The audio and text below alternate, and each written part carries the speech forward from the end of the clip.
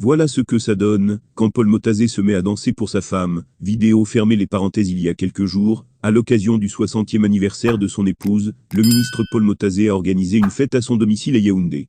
Une fête à laquelle il a convié plusieurs personnalités. Le 60e anniversaire de l'épouse du Mafi Motazé a été célébré avec faste. Événement heureux, Paul Motazé a même esquissé quelques pas de danse. Il est même monté sur le fameux de prise de vue, qui offre des vidéos de 360 degrés. Membre influent du Sérail de Yaoundé depuis plusieurs années, Louis-Paul est devenu ministre des Finances à la faveur d'un remaniement ministériel le 2 mars 2018. Il a été ministre de l'économie, de la planification et de l'aménagement du territoire, MINPA, de 2007 à 2011, et de 2015 à 2018. Septembre 2007, Louis-Paul est nommé ministre de l'économie, de la planification et de l'aménagement du territoire. Il s'est lancé dans la recherche de financements innovants pour diversifier les ressources de l'État, afin d'accroître le financement des projets issus de la stratégie de la croissance et de l'emploi, DSCE. Un dossier qu'il a piloté jusqu'à sa nomination à la tête du secrétariat général de la primature, et qui a connu son épilogue en novembre 2012, avec le lancement par le ministre de l'économie, Emmanuel Nganouk-Djoumessi, du réseau social consacré à la mobilisation des fonds non générateurs d'endettement pour le financement des projets de développement.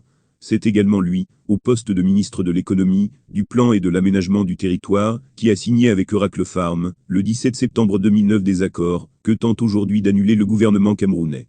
Ces accords, dénoncés comme scandaleux par Greenpeace, laissent à l'entreprise américaine 70 000 hectares pour $1 par an pendant 99 ans, pour créer une palmeraie et disposer des ressources des terres. Il a négocié plusieurs accords de financement avec les bailleurs internationaux et organisé la faisabilité de grands projets, comme le deuxième pont sur le Ouri, le port de Kribi, le barrage de Lompangar et de Manville.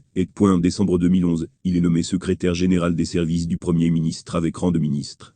Il est le président du comité de pilotage de plusieurs projets, puisqu'il est chargé, en tant que SG-PM, de la coordination des grandes réalisations de l'État du Cameroun, et le pilotage de nombre d'entre elles, port autonome en eau profonde de Kribi, barrage de Lompangar et de Manville, projet de fer de Mbalam et de bauxite de Ngaoundal.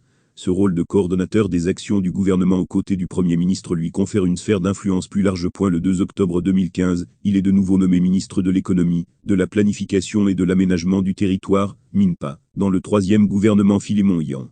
Le 2 mars 2018, il est de nouveau nommé ministre des Finances, MINFI, dans le 3e gouvernement Philémon Yan.